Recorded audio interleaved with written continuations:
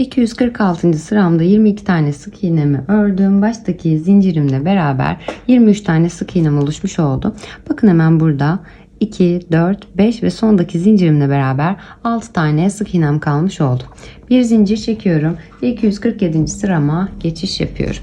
İlk sık iğneme batmıyorum, yine ikincisine batıyorum, bir sık iğne yapıyorum. Yanındakine ikinci sık iğnem, yanındakine üçüncü sık iğne. 7 tane sık iğnemi örüyorum. Baştaki zincirimle beraber 8 tane sık iğne tamamlamış oluyorum. 7 tane sık iğnemi ördüm. Baştaki zincirimle beraber 8 tane sık iğnem oluşmuş oldu. Burada yine bir eksiltme yapacağım. Yanındaki sık iğneme ve arka kanadına batıyorum. İpimi çekiyorum, kapatmıyorum. Yanındakine ve arka kanadına batıyorum. İpimi çekiyorum ve bir sık iğne yapıyorum. Üçünden birlikte geçirerek. Burada yine ilkine değil ikincisine işaretleyicimi takıyorum. Eksiltmemi tamamlamış oldum. Eksiltmemden sonra 8 tane sık iğnemi örüyorum. Eksiltmemden sonra 8 sık iğnemi ördüm. Burada tekrar bir eksiltme yapacağım. Yanındaki ilk sık iğneme batıyorum ve arka kanadına batıyorum. İpimi çekiyorum, kapatmıyorum. Yanındakine ve arka kanadına batıyorum. İpimi çekiyorum. 3 tane ilmeğim oluyor. Hepsinden birlikte çekerek bir eksiltme yapıyorum. Ve bu sıramda ikinci eksiltmemi oluşturmuş oluyorum. Burada ilk kanadına değil ikincisine işaretleyicimi takıyorum. Yanındaki sık iğneme batıyorum. Bir sık iğne yapıyorum. Yanındakine bir sık iğne ve zincirimin üzerine de bir sık iğnemi yapıyorum. 3 oldu. Alta geçiyorum. 4. sık iğnemi yapıyorum. Yanındakine 5, yanındakine 6, yanındakine 7 ve yanındakine 8. sık iğnemi yapıyorum ve 247. sıramı bu noktada tamamlamış oluyorum. Bakın ne yapmıştık? Başta 7 tane sık iğnemizi ördük. Baştaki zincirimizle beraber 8 tane sık iğnemiz oluşmuş oldu. Burada bir eksiltme yaptık. Arada 8 sık iğne ördük. Tekrar bir eksiltme yaptık. Sonda 8 sık iğne örmüş olduk. Sonda bakın 2, 4, 5 ve sondaki zincirimle beraber 6 tane sık iğnem kalmış oldu. 247. sıramda toplamda baştaki zincirimle beraber 26 tane sık iğneye düşürmüş oldum örgümü. 25 tane sık iğne örmüş oldum. Yani eksiltmelerimle beraber baştaki zincirimle beraber 26 tane sık iğnem oluşmuş oldu. Bir zincir çekiyorum ve 248. sırama geçiş yapıyorum. İlk sık iğneme batmıyorum, ikincisine batıyorum. Bir sık iğne yapıyorum. Yanındakine bir sık iğne. Buradaki 7 sık iğnemi örüyorum işaretleyicimin olduğu yere kadar. Baştaki zincirimle beraber 8 tane sık iğnemi oluşturmuş oluyorum. Evet, 7 tane sık iğnemi ördüm. Baştaki zincirimle beraber 8 tane sık iğnem oluşmuş oldu. İşaretleyicimin olduğu yere geldim. Buradaki işaretleyicimi çıkarıyorum. Buraya hemen ilk sık iğnemi batıyorum. İşaretleyicimin olduğu yere alttaki ilk kanadıma batıyorum. Şurada biraz ipimi sıkı tutmam gerekiyor. Şöyle batıyorum. İpimi bu noktada çekiyorum birisinden. Bakın buradaki duruyor. Tutuyorum. İkincisine batıyorum. İpimi çekiyorum ve bu noktada buradaki ikisinden birlikte geçiriyorum ve bir sık iğne yapıyorum. Yani eksiltmelerimin olduğu yerdeki her işlemi aynı işlemi tamamlıyorum. Cümleyi kuramadım tam olarak. Aradaki 8 tane sık iğnemi örüyorum. Diğer işaretleyicimin olduğu yere geliyorum. Burada yapmış olduğum işlemin aynısını tekrarlıyorum. Bir önceki sıramda eksiltme yaptığım için. Ve daha sonrasında 9 tane sık iğnemi örüyorum. Alt sırama da geçerek. Eksiltmelerimin olduğu yerleri de ördüm. Sonunda 9 tane sık iğnemi ördüm. Eksiltmemden sonra buradaki işaretleyicimin olduğu yere gelmiş oldum. Bu noktada işaretleyicimi çıkarıyorum. Yine aynı işlemi buraya da uygulayacağım. Sık iğneme batıyorum. İlk kanadına batıyorum. İpimi çekiyorum. Kapatmıyorum. Yanındaki ikinci alt kanadına batıyorum. İkisinden birlikte geçiriyorum. Ve bu noktada bir sık iğne yapıyorum. Sondaki 4 sık iğnemi örüyorum. 1 2 3 ve son dördüncü sık iğnemi de zincirimin üzerine örüyorum.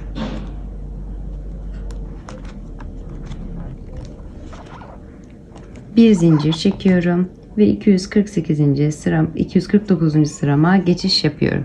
248. sıramda baştaki zincirimle beraber toplamda 32 tane sık iğne oluşturmuş oluyorum. Evet, zincirimi çektim. 249. sırama geçiş yapıyorum. İlk sık iğneme batmıyorum. İkincisine batıyorum. Bir sık iğne yapıyorum. Yanındakine. İkinci sık iğnemi. Yanındakine. Üçüncü sık iğnemi yapıyorum. Burada 3 tane sık iğnemi ördükten sonra eksiltme yapacağım. 3 sık iğnemi ördüm. Baştaki zincirimle beraber 4 tane sık iğnem oluşmuş oldu. Hemen yanındaki sık iğneme batıyorum. Arka kanadına batıyorum. İpimi çekiyorum. Kapatmıyorum. Yanındakine ve arka kanadına batıyorum. İpimi çekiyorum. 3 tane ilmeğim oluyor. Hepsini birlikte çekerek eksiltmemi yapıyorum. Burada yine ilkine değil, ikincisine işaretleyicimi takıyorum. Yanındaki sık iğneme geçiyorum. Bakın dönmüş olan yere gelmiş oldum. Buraya da bakın şurada dönmüş olan yere tığımı batıyorum. Bir sık iğne yapıyorum. Yanındakine geçiyorum. Bir sık iğne yapıyorum. Arada eksiltmemden sonra 26 tane sık iğnemi örüyorum. Eksiltmemden sonra 26 sık iğnemi ördüm. 26. sık iğnemi zincirimin üzerine örmüş oldum. Burada bakın hemen 2, 4, 5 ve sondaki zincirimle beraber 6 tane sık iğnem kalmış oldu. Buraya tekrar bir eksiltme yapacağım. Burada bakın örmüş olduğum, daha da önceden örmüş olduğum yere batmıyorum. Yanındakine batıyorum. İpimi çekiyorum. Kapatmıyorum. Yanındakine ve arka kanadına batıyorum. İpimi çekiyorum. 3 tane ilmeğim oluyor. Hepsini birlikte çekerek bu noktada eksiltmemi yapıyorum. İlkine değil, ikincisine işaretleyicimi takıyorum. Sondaki 4 sık iğnemi örüyorum. 1 2 3 ve sondaki zincirimin üzerine de 4. sık iğnemi örüyorum. Bir zincir çekiyorum. 250. sırama geçiş yapıyorum. 249. sıramda baştaki zincirimle beraber toplamda 36 tane sık iğnemi oluşturmuş oldum. Yani eksiltmelerimle birlikte 35 tane sık iğne ördüm. Baştaki zincirimde sayıyorum. 36 tane sık iğnem oluşmuş oluyor. Bir zincir çekiyorum ve örgümü çevirip 250. sırama geçiş yapıyorum.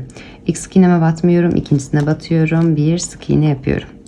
Yanındakine bir sık iğne yapıyorum. Yanındakine bir sık iğne yapıyorum. 3 tane sık iğnemi oluşturmuş oldum. Baştaki zincirimle beraber 4 tane sık iğnem oluşmuş oldu. İşaretleyicimin olduğu yere geldim. İşaretleyicimi çıkarıyorum. Yanındaki sık iğneme batıyorum. İlk kanadına işaretleyicimin olduğu yere battım. İpimi şunu biraz şöyle ipimi çekiyorum. Bu noktada ikincisine batıyorum. Bakın ipimi çektim. İkisinden birlikte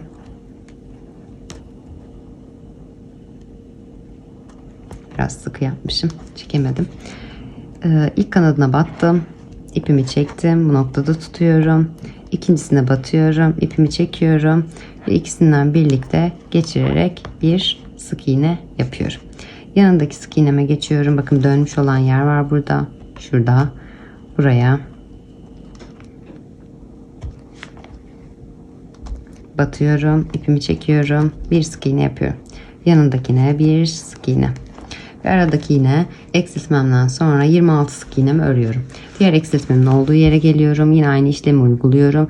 Ve sondaki zincirimle beraber olan 4 sık iğnemi de örüyorum. Bu sıramda her bir sık iğnemin üzerine birer tane sık iğne yapmış oluyorum.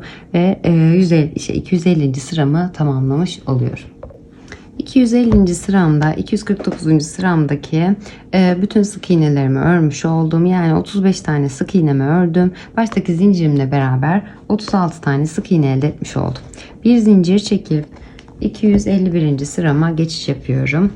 Burada ilk sık iğneme batmıyorum. Yine ikincisine batıyorum. Bir sık iğne yapıyorum. Yanındakine ikinci sık iğnem. Yanındakine üçüncü sık iğnemi yapıyorum. Baştaki zincirimle beraber 4 tane sık iğnem oluşmuş oluyor. Burada yine eksiltme yapacağım. Tığımı batıyorum. Alttaki kanadına batıyorum. İpimi çekiyorum. Kapatmıyorum. Yanındaki sık iğneme batıyorum. Alttaki kanadına batıyorum. İpimi çekiyorum. 3 tane ilmeğim oluyor. Hepsini birlikte çekerek eksiltmemi yapıyorum. İlkine değil, ikincisine işaretleyicimi takıyorum. Hemen yanındaki sık iğneme geçiyorum ve sık iğnelerimi örerek eksiltmemden sonra 24 tane sık iğnemi tamamlıyorum. 24 sık iğnemden sonra burada yine bir eksiltme yapıyorum. Sonda ya 24 sık iğnemden sonra sonda 2, 4, 5 ve sondaki zincirimle beraber 6 tane sık iğnem kalmış oluyor. Hatta 24 sık iğnemi öreyim, tekrar eksiltmemi göstereyim, karışıklık olmasın. 24 sık iğnemi ördüm eksiltmemden sonra burada tekrar bir eksiltme yapacağım. 2, 4, 5 ve sondaki zincirimle beraber 6 tane sık iğnem kalmış oldu. Hemen yanındaki sık iğneme batıyorum, ipimi çekiyorum, kapatmıyorum. Yanındakine batıyorum, ipimi çekiyorum. 3 tane ilmeğim oluyor. Hepsini birlikte çekerek bir eksiltme yapıyorum. Burada hemen işaretleyeceğim, tekrar ilk kanadına değil ikincisine batıyorum. Hemen yanındaki 4 sık iğnemi örüyorum. 1, 2, 3 ve sondaki zincirimin üzerine de 4. sık iğnemi örüyorum. 251. sıramı bu noktada tamamlamış oluyorum. Yani başta 3 sık iğne ördük. Baştaki zincirimizle beraber 4 sık iğnemiz oldu. Arada 24 sık iğnemizi ördük. Bir eksiltme yaptık. Daha sonrasında 4 tane sık iğnemizi ördük. Toplamda 33 tane sık iğnemizi örmüş olduk. Yani eksiltmelerimizle birlikte 33 tane sık iğneyi düşürmüş olduk. Baştaki zincirimizle beraber 34 tane sık iğnemiz olmuş oldu. Bu 252. sıramızda 34 sık iğnemizin hepsini öreceğiz tekrar. İlk sık iğneme batmıyorum. Yine ikincisine batıyorum. Arka kanadına batıyorum. Bir sık iğne yapıyorum. Yanındakine geçiyorum. Bir sık iğne yapıyorum. 2. Yanındakine 3. sık iğnemi yapıyorum. Burada işaretleyicimin olduğu yere geldim. İşaretleyicimi çıkarıyorum. İşaretleyicimin olduğu yere ilk sık iğneme batıyorum. İşaretleyicimin olduğu yere batıyorum. İpimi çekiyorum bu noktada. Kapatmıyorum. Yanındaki alttaki ikinci kanadına, biraz sıkı yapmışım burayı. Batamadım gerçekten. İkinci kanadına batıyorum. İpimi çekiyorum. Ve bu ipimi ikisinden birlikte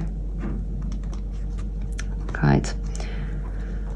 İlkine battım. İpimi çektim. Bu noktada ikincisine battım. İpimi çektim. Ve ikisinden birlikte geçiriyorum.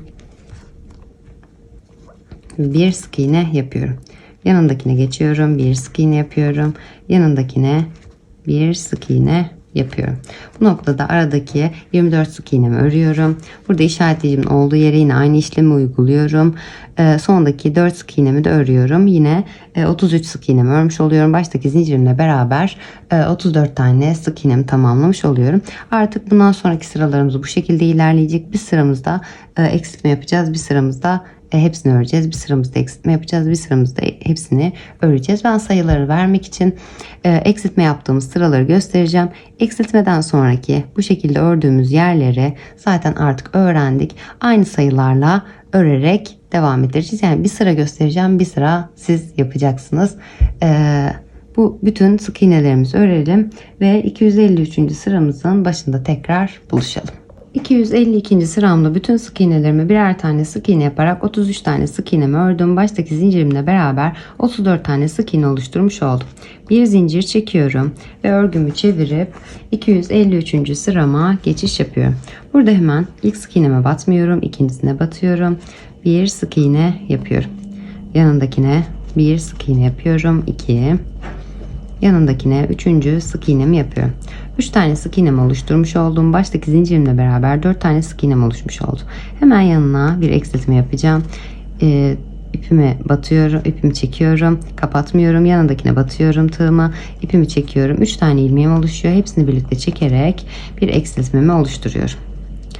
İlk kanadıma değil, ikincisine işaretleyicimi takıyorum. Yanındaki sık iğneme batıyorum. Bir sık iğne yapıyorum. Yanındakine bir sık iğne yapıyorum. Bir önceki sıramda hatırlarsınız sadece eksiltme sıralarını göstereceğim artık. Eksiltmelerin üzerine örmeyi göstermiştim. Artık orayı biliyoruz demiştim. Çünkü bir sıra eksiltme yapacağız. Bir sıra bütün sık iğnelerimizi öreceğiz eksiltmelerimizle birlikte. Şimdi ne yaptık? 3 tane sık iğnemizi ördük. Baştaki zincirimizle beraber 4 tane sık iğnemiz oluştu. Bir eksiltmemizi yaptık. İkinci kanadına işaretleyicimizi taktık. Arada 22 tane sık iğnemizi örüyoruz. Son tarafa geliyoruz. Burada sonda 2, 4, 5 ve 5 tane sık iğnemiz ve sondaki zincirimizle beraber 6 tane sık iğnemiz kalıyor. Burada hemen 6. ve 5. sık iğnemize bir eksiltme yapıyoruz. Yine ilk kanadına değil ikinci kanadına işaretleyicimizi takıyoruz. Sondaki zincirimizle beraber 3 sık iğnemizi ve zincirimizin üzerine de 4. sık iğnemizi örüyoruz. Bir zincir çekiyoruz. 254. sıramıza geçiş yapıyoruz. Baştaki 3 sık iğnemizi yine örüyoruz. Sonda eksiltmemizin olduğu yere gelince eksiltmemizi normal ördüğümüz gibi örüyoruz. Ve aradaki 22 sık iğnemizi örüyoruz. Yine eksiltmemizin oraya geliyoruz.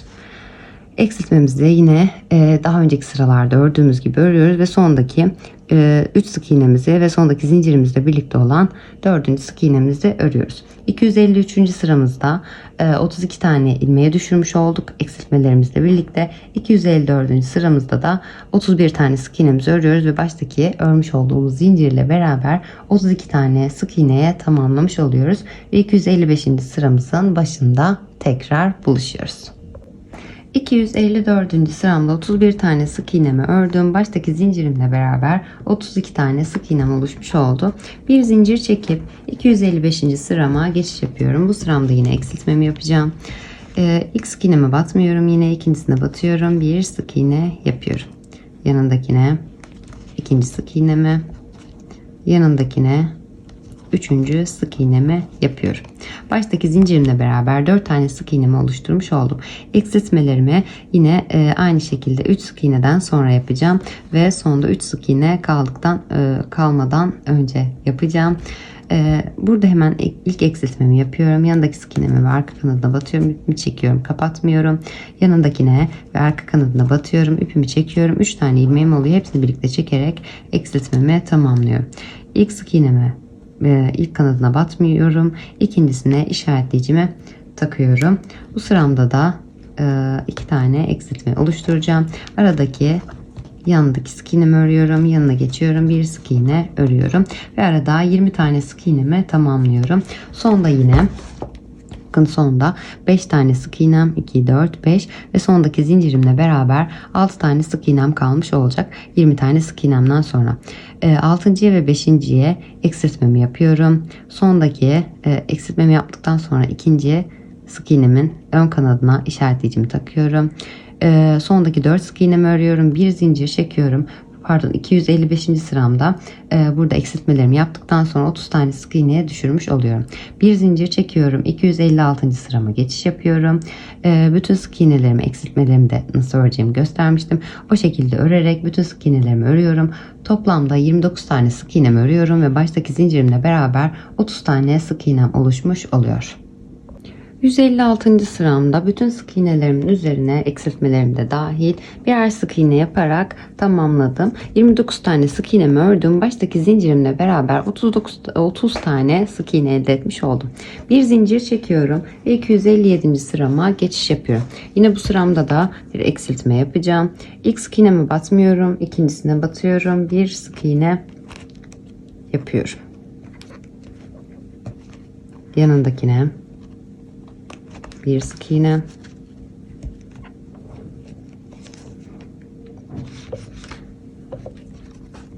yanındakine bir sık iğne. 3 tane sık iğnemi örüyorum. Baştaki zincirimle beraber 4 tane sık iğnem oluşmuş oluyor. Hemen yanına bir eksiltme yapacağım. Tığımı batıyorum. Yanındaki sık iğneme ve arka kanadına ipimi çekiyorum, kapatmıyorum. Yanındakine batıyorum. Arka kanadına da batıyorum. İpimi çekiyorum. 3 tane ilmeğim oluşuyor. Hepsini birlikte çekerek bir eksiltme yapıyorum. Bu noktaya hemen ilkine değil ikinci kanadıma yine işaretleyicimi takıyorum. Hemen yanına geçiyorum. Bir sık iğne yapıyorum. yanındakine bir sık iğne yapıyorum. Aradaki eksiltmemden sonra 18 tane sık iğnemi örüyorum. Eksiltmemden sonra 18 sık iğnemi ördüm. Sonda bakın 2, 4, 5 ve sondaki zincirimle beraber 6 tane sık iğnem kalmış oldu. Buraya hemen tığım batıyorum, ipimi çekiyorum, kapatmıyorum. Yanındakine tığım batıyorum, çekiyorum. 3 tane ilmeğim oluyor. Hepsini birlikte çekerek ikinci eksiltmemi yapıyorum. İkinci ön kanadına işaretleyicimi takıyorum. Hemen yanındaki 4 sık iğnemi örüyorum. 3 sık iğnemi örüyorum. Dördüncüyü de zincirimin üzerine örüyorum. 3 ve son sık iğnemi de zincirimin üzerine ördüm. Bu şekilde 257. sıramı tamamlamış oluyorum. Eksiltmelerimle birlikte baştaki zincirimle beraber 28 tane sık iğnem oluşmuş oluyor. Bir zincir çekip 258. sırama geçiş yapıyorum. Bu sıramda da bütün sık iğnelerimi örüyorum. Artık eksiltmemin olduğu yerde nasıl bir işlem uyguladığımızı öğrendik. İlk sık iğneme batıyorum. Alttaki kanadından ipimi çekiyorum. İkincisinden çekiyorum. İkincisinden çektiğimi ikisinden birlikte geçirip sık iğnemi yapıyorum. Bu şekilde bütün sık iğnelerimi tamamlıyorum. Baştaki zincirimle beraber 28 tane sık iğnemi oluşturmuş oluyorum. 258. sıramda da. 258. sıramda bütün sık iğnelerime birer tane sık iğne yaparak 27 tane sık iğnemi ördüm. Baştaki zincirimle beraber 28 tane sık iğne elde etmiş oldum. Bir zincir çektim ve 259. sırama geçiş yapıyorum. İlk sık iğneme değil ikincisine batıyorum. Bir sık iğne yapıyorum. Yanındakine bir sık iğne yapıyorum. Yanındakine bir sık iğne yapıyorum. Bu sıramda da yine hiçbir eksiltme, arttırma yapmadan 27 tane sık iğnemi örüyorum. Baştaki zincirimle beraber 28 tane sık iğne elde etmiş oluyorum. 259. sıramda.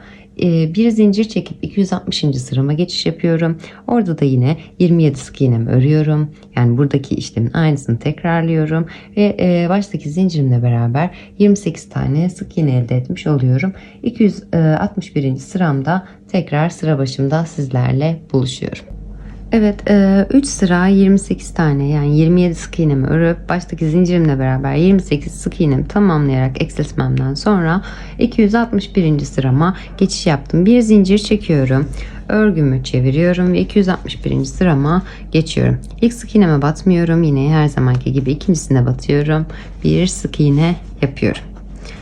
Yanındakine ve arka kanadına batarak ikinci sık iğnemi yapıyorum. Yanındakine ve arka kanadına batarak 3. sık iğnemi yapıyorum. Baştaki zincirimle beraber 4 tane sık iğnem oluşmuş oluyor. Burada hemen bir eksiltme yapacağım. Yanındaki ilk sık iğneme batıyorum. Arka kanadına batıyorum. İpimi çekiyorum.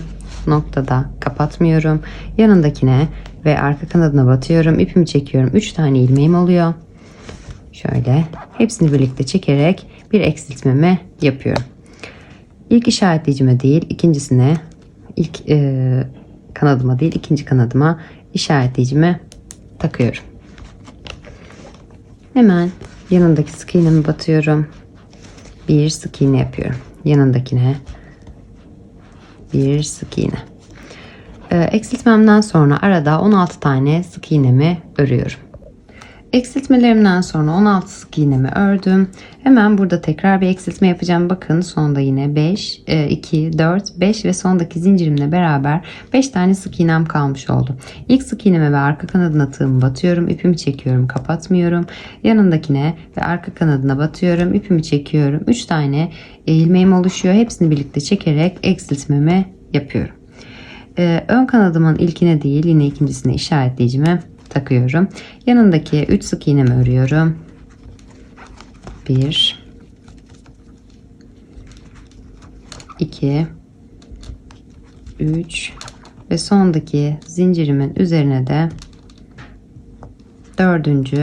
sık iğnemi yapıyorum. Bir zincir çekiyorum. Örgümü bu noktada çeviriyorum ve 262. sırama geçiş yapıyorum. 261. sıramda bir önceki sıramda 28 tane zincirimle beraber 28 tane ilmeğim vardı. Eksiltmelerimden sonra bu ilmeğim 26'ya düşmüş oldu. 262. sıramda da ilk sık iğneme batmıyorum yine. ikincisine batıyorum ve arka kanadına batıyorum. İpimi çekiyorum. Bir sık iğne yapıyorum. Yanındakine bir sık iğne.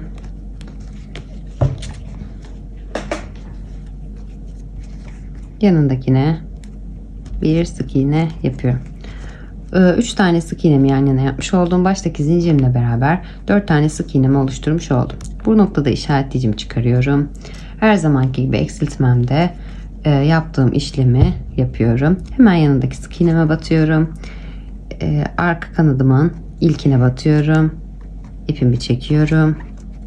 Kapatmıyorum. Yanındakine batıyorum. Yanındaki yani alt kanattaki ikincisine batıyorum. İpimi çekiyorum. Ve ikisinden birlikte takıldı yine. Geçirerek bir sık iğne yapıyorum. Yanındakine bir sık iğne. Yanındakine bir sık iğne.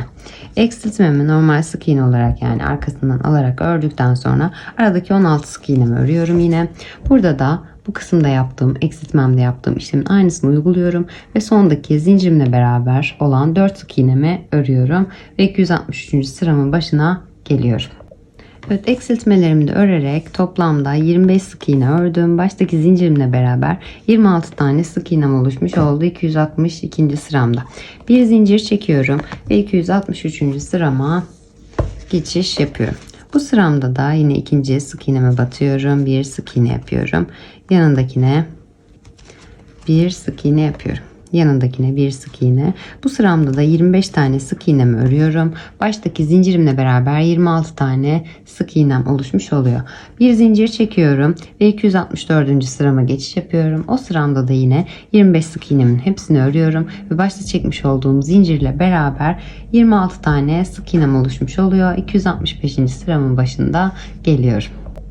263 ve 264. sıramda 25 tane sık iğnemi örerek baştaki zincirimle beraber 26 tane sık iğnemi tamamlamış oldum. Bir zincir çekiyorum ve 265. sırama geçiş yapıyorum. Bu sıramda yine bir eksiltme yapacağım. İlk sık iğneme batmıyorum. İkincisine batıyorum. Bir sık iğne yapıyorum. Yanındakine bir sık iğne. Yanındakine bir sık iğne. 3 tane sık iğnemi ördüm. İlk zincirimle beraber 4 tane sık iğnem oluşmuş oldu. Burada hemen eksiltmemi yapıyorum. Yanındaki sık iğneme batıyorum. Alt kanadına batıyorum. İpimi çekiyorum. Kapatmıyorum. Yanındakine ve alt kanadına batıyorum. İpimi çekiyorum. Üçünü birlikte çekerek eksiltmemi yapıyorum. Ön kanadımın ilkine değil ikincisine işaretleyicimi takıyorum. Hemen yanındaki sık iğneme geçiyorum. Bir sık iğne yapıyorum. Eksiltmemden sonra bu sıramda da arada 14 tane sık iğnemi örüyorum ve eksiltmem için tekrar geliyorum. 265. sıramda eksiltmemden sonra 14 sık iğnemi ördüm. Sonda 2, 4, 5 ve zincirimle beraber 6 tane sık iğnem kalmış oldu yine. İlk sık iğneme batıyorum. Arka kanadına batıyorum. İpimi çekiyorum. Kapatmıyorum. Yanındakine ve arka kanadına batıyorum. İpimi çekiyorum. 3 tane ilmeğim oluyor. Hepsini birlikte çekerek buradaki eksiltmemi, ikinci eksiltmemi de tamamlıyorum. İlkine takmıyorum. İkinci kanadıma işaretleyicimi takıyorum. Hemen yanındaki zincirimle beraber olan 4 sık iğnemi örüyorum. 2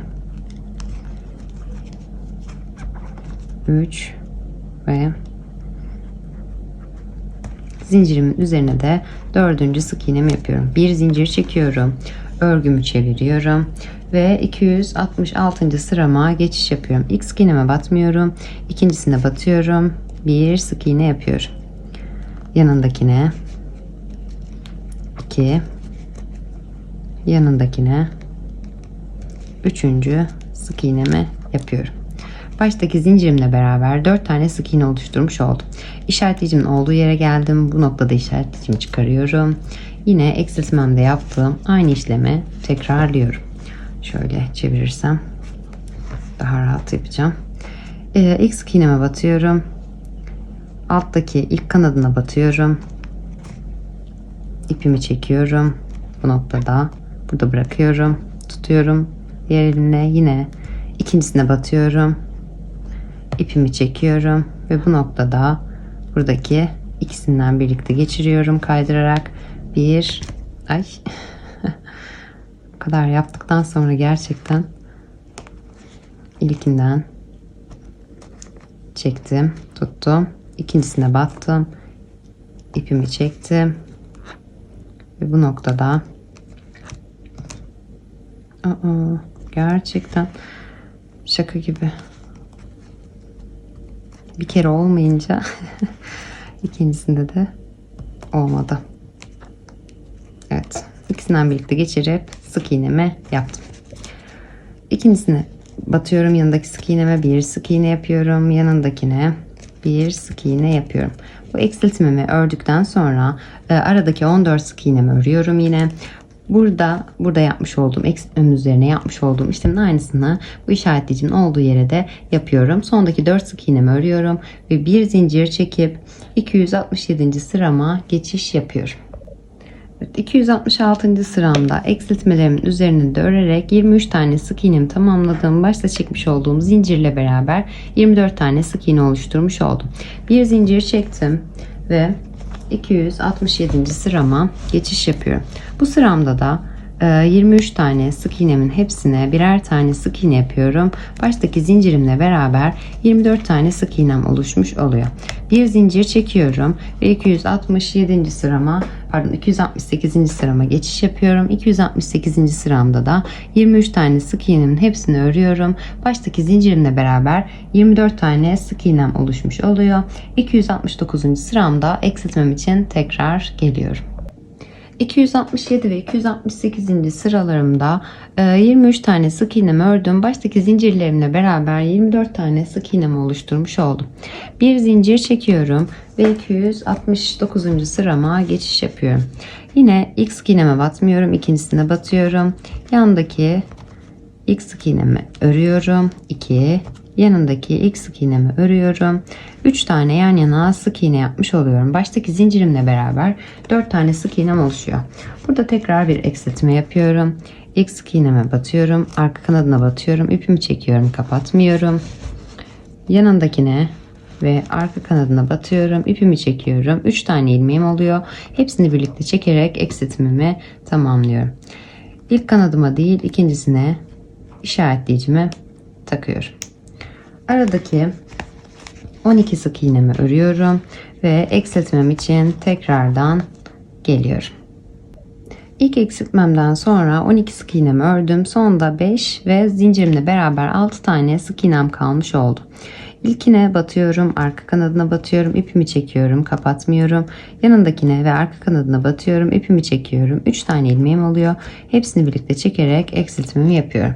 Yine bu noktada da İlkine değil, ikincisine işaretleyicimi takıyorum. Sondaki zincirimle beraber olan 4 sık iğnemi örüyorum.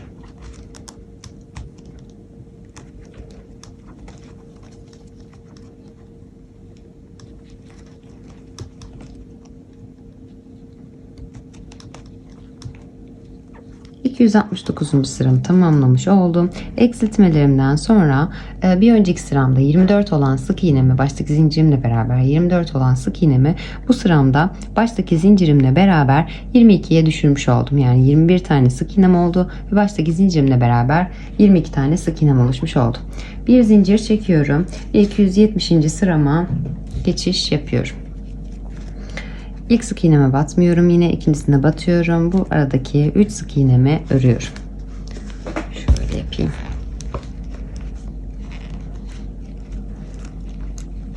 İki ve 3. Burada hemen işaretleyicimin olduğu yere geldim. Buradaki işaretleyicimi çıkarıyorum. Yanlış yere örmüşüm. Kaydırmışım yani. Burada hemen 1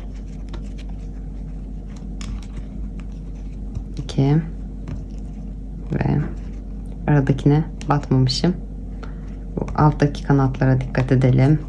Bazen karışabiliyor. 3 tane sık iğnemi ördüm. Baştaki zincirimle beraber 4 tane sık iğnem oluşmuş oldu. Burada işaretleyicimi çıkarıyorum. Hemen artık küçüldükçe uç kısmı çok zor oluyor gerçekten. Buradan ilk sık iğneme tığım batıyorum. İlk kanadına batıyorum. İpimi bu noktada çekiyorum, tutuyorum.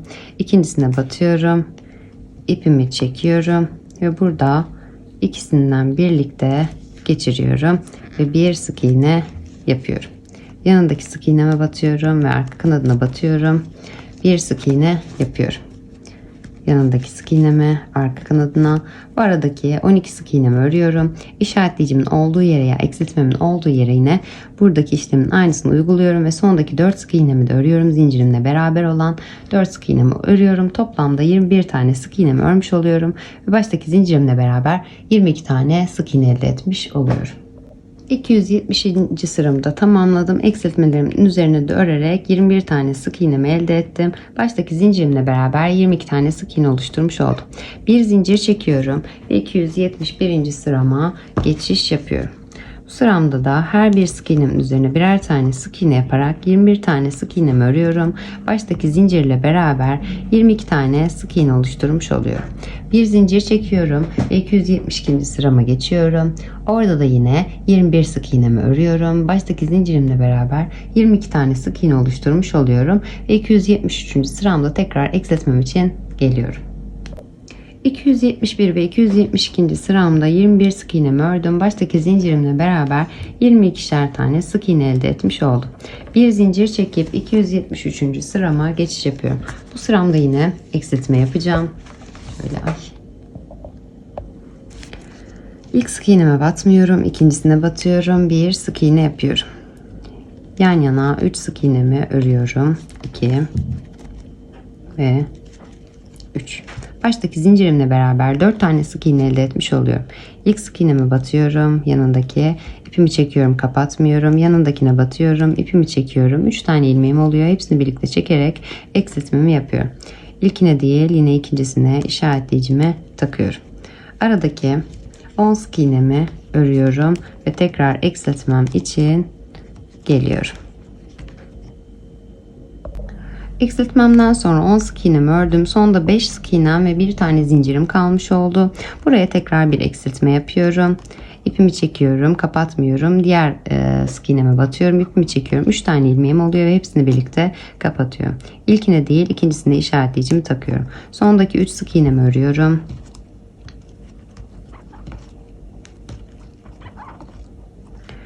Ve sondaki zincirimin üzerine de 4. sık iğnemi yapıyorum.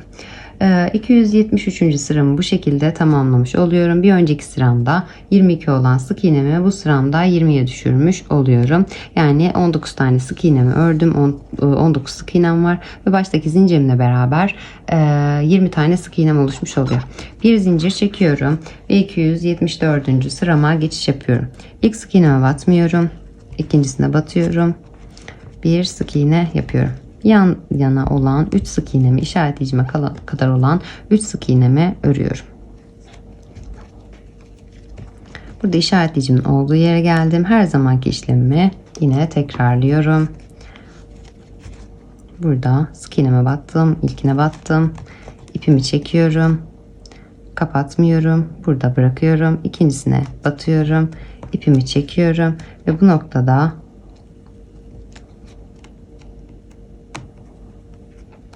ikisinden birlikte geçiriyorum ve bir sık iğne yapıyorum.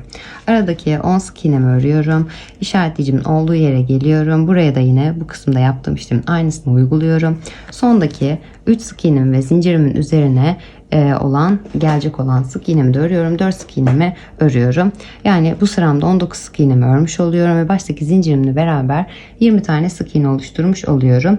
Bir zincir çekiyorum ve 275. sırama geçiş yapıyorum.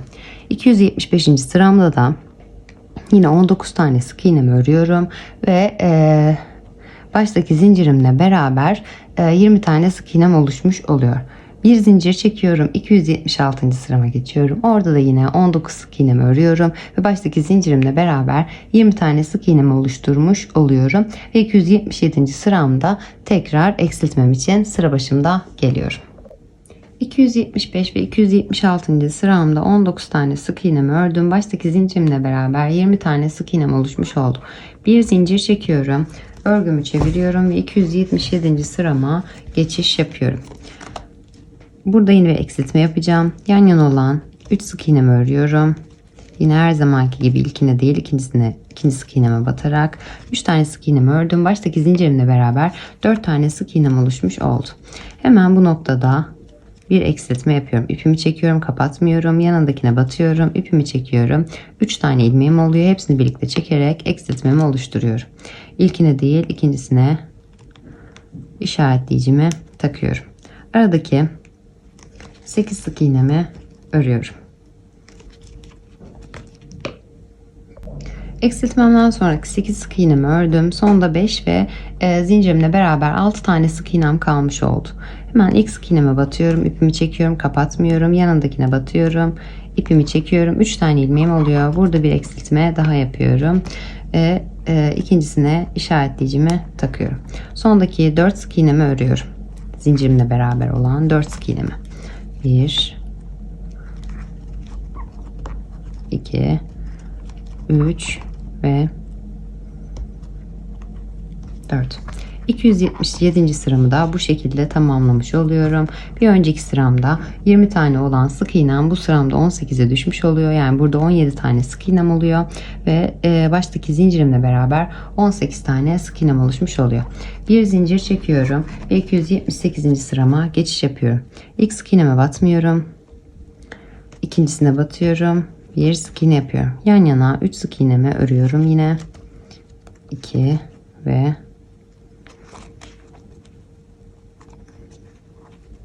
3. İşaretleyicimin olduğu yere geliyorum. Burada işaretleyicimi çıkarıyorum. İşaretleyicimin olduğu yere yine her zamanki işlemi uyguluyorum. Tığımı battım arka kanadına, alttaki kanada battım. İpimi çekiyorum. Bu noktada tutuyorum. Burada kalıyor. İkincisine batıyorum. İpimi çekiyorum. Ve ikisinden birlikte kaydırdım. İkisinden birlikte geçirerek bir sık iğne yapıyorum. Aradaki 8 sık iğnemi örüyorum yine ve burada yine bu tarafta yapmış olduğum eksiltmemin üzerindeki her zaman yaptığım işlemi tekrarlıyorum. Sondaki 4 sık iğnemi örüyorum. 278. sıramı da bu şekilde tamamlıyorum. Yani 17 tane sık iğnem oluşmuş oluyor ve baştaki zincirimle beraber 18 tane sık iğnemi oluşturuyorum. Bir zincir çekiyorum. 279. sırama geliyorum. 279. sıramda da 17 sık iğnemi örüyorum. Baştaki zincirimle beraber 18 sık iğnem oluşuyor. 280. sıramda da yine bir zincir çekip 17 sık iğnemi örüyorum. Baştaki zincirimle beraber 18 sık iğnem oluşuyor. 281. sıramda tekrar eksiltmem için geliyorum. 279 ve 280. sıramda 17 sık iğnemi ördüm. Baştaki zincirimle beraber 18 tane sık iğnem oluşmuş oldu. Bir zincir çekiyorum ve 281. sırama geçiş yapıyorum. Bu sıramda yine bir eksiltme yapacağım. İlk sık iğneme değil ikincisine batarak 3 tane yan yana sık iğne örüyorum. 2 ve 3. Baştaki zincirimle beraber 4 tane sık iğnem oluşmuş oluyor. Hemen yanına bir eksiltme yapacağım. Yanındaki sık iğneme ve arka kanadına batıyorum. İpimi çekiyorum, kapatmıyorum. Yanındaki sık iğneme ve arka kanadına batıyorum. İpimi çekiyorum. 3 tane ilmeğim oluşuyor. Hepsini birlikte çekerek eksiltmemi tamamlıyorum. İlkine değil, ikincisine işaretleyicimi takıyorum. Arada 6 sık iğnemi örüyorum. 3 4 5 ve 6. Eksiltmemden sonraki 6 sık iğnemi ördüm. Bu noktada hemen bir eksiltme daha yapacağım. Sonunda bakın 5 tane sık iğnem ve baştaki zincirimle beraber 6 tane sık iğnem kalmış oldu. İpimi çekiyorum, kapatmıyorum. Yanındakine batıyorum, arka kanadına batıyorum, ipimi çekiyorum. 3 ilmeğim oluştu. Hepsini birlikte çekerek eksiltmemi yapıyorum. Bu noktada bir işaretleyici takıyorum ikincisine. Sondaki 4 sık iğnemi örüyorum. 1 2 3 ve zincirimin üzerine de 4. sık iğnemi örüyorum. Bir zincir çekiyorum 281. sıramda eksiltmelerimle beraber bir önceki sıramda 18 olan sık iğnemi burada 16'ya düşürmüş oldum. Yani 15 tane sık iğnem var ve baştaki zincirimle beraber 16 tane sık iğnem oluşmuş oldu. Örgümü çeviriyorum ve 282. sırama geçiş yapıyorum. Buradaki yine ilkine batmıyorum. İkincisine batarak yan yana olan 3 sık iğnemi örüyorum. Ve 3. Hemen burada işaretleyicimin olduğu yere geldim. İşaretleyicimi çıkarıyorum. Yine ilk sık iğneme batıyorum. Alttaki ilk kanada batıyorum. İpimi çekiyorum. İkincisine batıyorum. İpimi çekiyorum. İkisinden birlikte geçirerek burada 2 tane ilmeğim oluyor. Bir sık iğne yapıyorum. Aradaki 6 sık iğnemi örüyorum.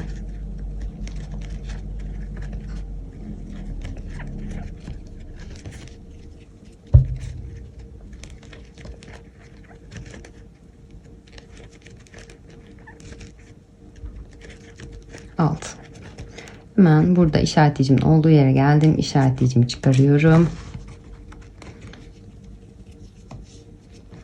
Burada yine ilk sık iğneme batıyorum. Alttaki ilk kanadına batıyorum. İpimi çekiyorum. İkinci kanadına batıyorum. İpimi çekiyorum. Bu noktada ikisinden birlikte geçirerek bir sık iğne yapıyorum. Yanındaki 3 sık iğnemi örüyorum. 2 3 ve sondaki zincirimin üzerine de 4. sık iğnemi yapıyorum. 282. sıramda bu şekilde tamamlıyorum. 15 tane sık iğnemi örmüş oldum. Baştaki zincirimle beraber 16 tane sık iğnem oluşmuş oldu. Bir zincir çekip 283. sırama geçiş yapıyorum. Bu sıramda da ilkine değil ikincisine işaretleyicimi tığımı batıyorum. Artık hepsi o kadar karıştı ki arka kanadını biraz sıkı yapmışım. Bir sık iğne yapıyorum. Yanındakine bir sık iğne. Bu sıramda da 15 tane sık iğnemi örüyorum. Baştaki zincirimle beraber 16 tane sık iğnem oluşmuş oluyor. Bir zincir çekiyorum ve 284. sırama geçiş yapıyorum. Orada da yine 15 sık iğnemi örüyorum ve baştaki zincirimle beraber 16 tane sık iğne oluşturmuş oluyorum. 285. sıramda son eksiltmemi yapmam için geliyorum. 283 ve 284. sıramda 15'er sık iğnemi ördüm. Baştaki zincirlerimle beraber 16 tane sık iğnem oluşmuş oldu. Bir zincir çekip 285. sırama geçiş yapıyorum.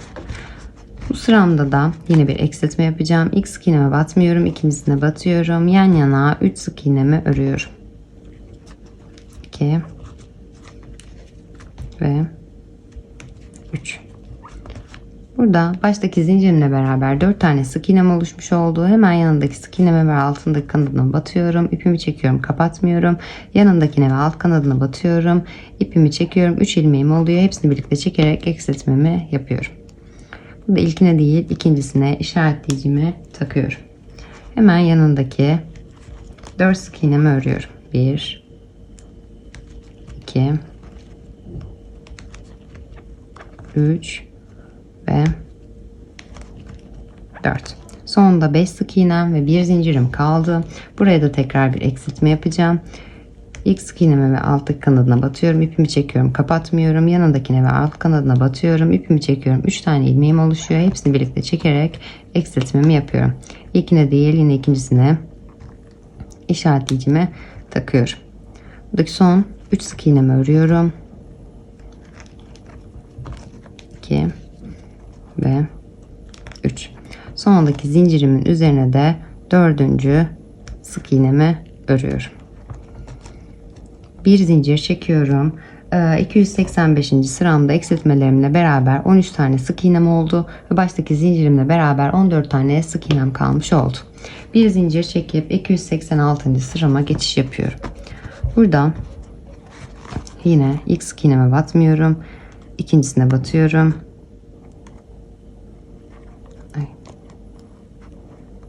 şurada kalmış, yanlış yere batıyordum. İkincisine batıyorum, bir sık iğne yapıyorum. Yan yana 3 sık iğnemi örüyorum.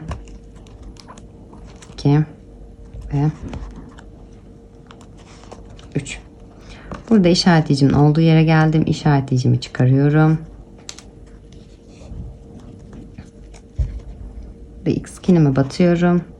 Alttaki ilk kanadına batıyorum. İpimi çekiyorum. İkincisine batıyorum. İpimi çekiyorum ve ikisinden birlikte geçiriyorum. Bir sık iğne yapıyorum. Aradaki 4 sık iğnemi örüyorum.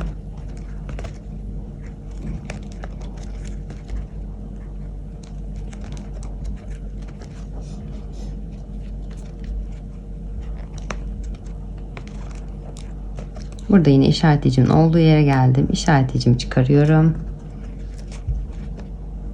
Yine aynı eksiltmelerimde olan işlemi uyguluyorum. İpimi çektim, kapatmadım. İkincisine battım, ikinci kanadıma ipimi çektim ve bu noktada kaydırdım. Çanta da kayıyor.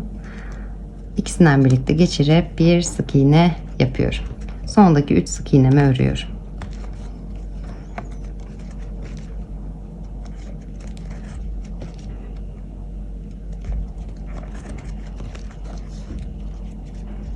Sondaki zincirimin üzerine de 4.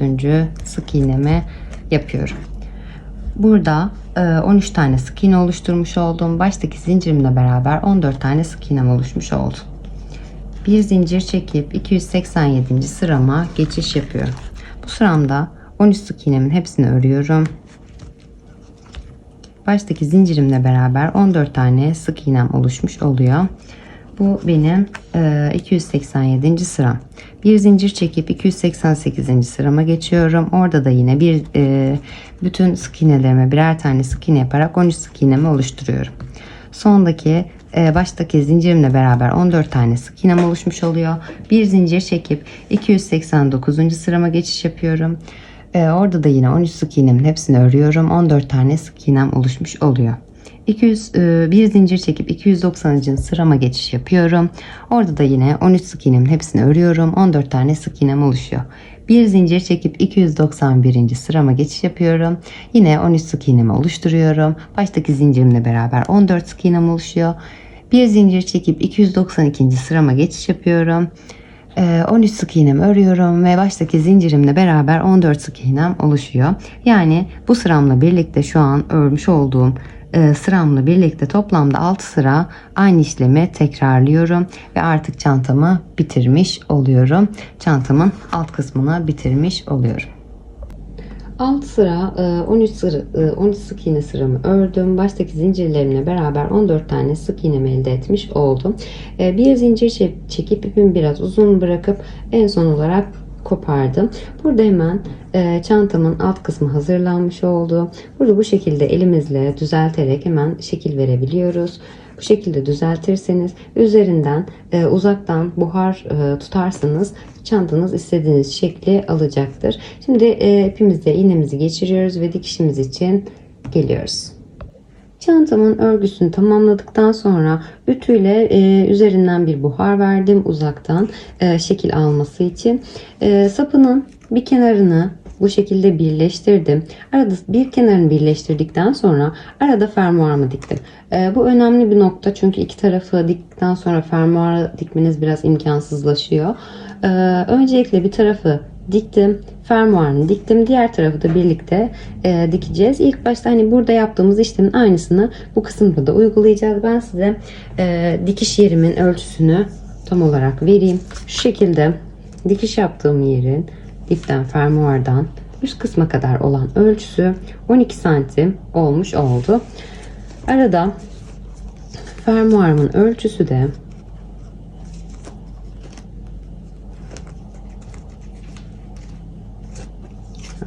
oval olduğu için zor ölçülüyor.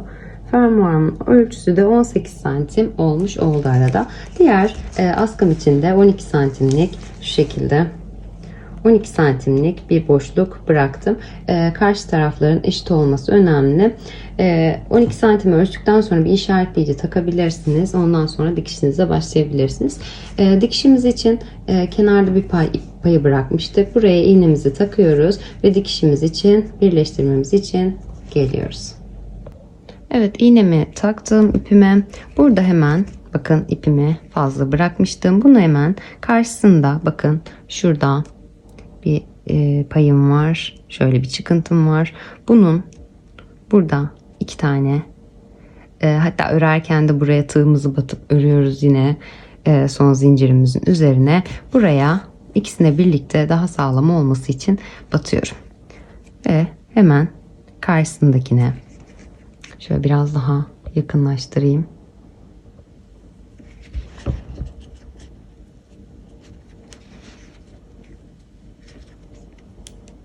Karşısındakine, hatta şuradan daha düz olacak benim için. Hemen yanındakine battım. Elinizin yönüne göre dikişinizi ayarlayabilirsiniz ve karşısındaki bakın şurada 2 tane var. Oraya iğnemi battım.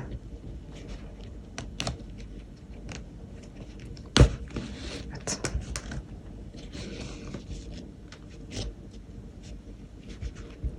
Karşısına şu şekilde bakın şöyle ikisini birlikte aldım ve karşısındakinin arada kalmış oluyor şurası. Bakın buraya battım. İpimi çekiyorum. Dikişim için bu arkası misinalı olanlar gerçekten çok kolay oluyor. O iğnelerden edinebilirsiniz. Kesinlikle reklam değil, tavsiyemdir. Çok rahat oluyor kullanımı. Hemen karşısındakine yine bakın burada 2 tane ve karşısındaki şu boşlukta şöyle çevirdiğinizde şöyle gözüküyor zaten. Çevirdiğinizde karşısındakine iğnemizi batıyoruz. Yine karşısına dıştan içe doğru, içten dışa doğru karşılıklı olarak düğümlendi. Dikişimizi yapıyoruz. Bu şekilde 12 santim olarak ölçmüştük. 12 santim olarak tamamlayana kadar bu şekilde dikişimizi tamamlıyoruz. Daha sonrasında araya ben fermuarımı diktim. Siz bir tanesini dikişini gerçekleştirdikten sonra fermuarınızı dikiyorsunuz.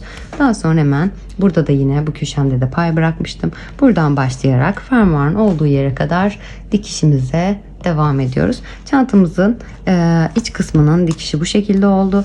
Dikişimizi tamamladıktan sonra bu askı kısmımızın bu kısmını birleştirmesi için tekrardan geliyoruz. Evet, çantamın iki taraflı olarak askısını birleştirdim. Fermuarını da zaten dikmiştim. Şimdi bu parçamızın dikimine, iki ucunun dikimine geçebiliriz. İpimize iğnemizi takıp geliyoruz. İpimi iğneme geçirdim. Burada hemen dikişim için burada dikiş yaptığım yer var ve karşısında dikiş yapmış olduğum yer var. Oralara denk getireceğim. Öncelikle içeriden iğnemi herhangi bir yere batıyorum. Şu şekilde batayım ki düğümüm içeride kalsın diye hemen yanına bakın dikişimin olduğu yere iğnemi batıyorum.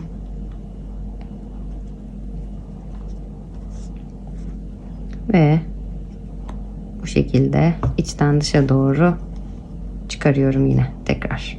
Düğümüm sağlam olsun diye. Hemen karşısındaki bakın dikişimin olduğu yer, ilk sık iğnemin olduğu yere batıyorum. Hemen karşılıklı olarak buradaki şöyle boşluğuma ve karşısındaki sık iğneme batıyorum. Çekiyorum ve sıkılıyorum. Hemen yanındakine geçiyorum. Şöyle aradan batıyorum. Karşısındaki sık iğneme batıyorum.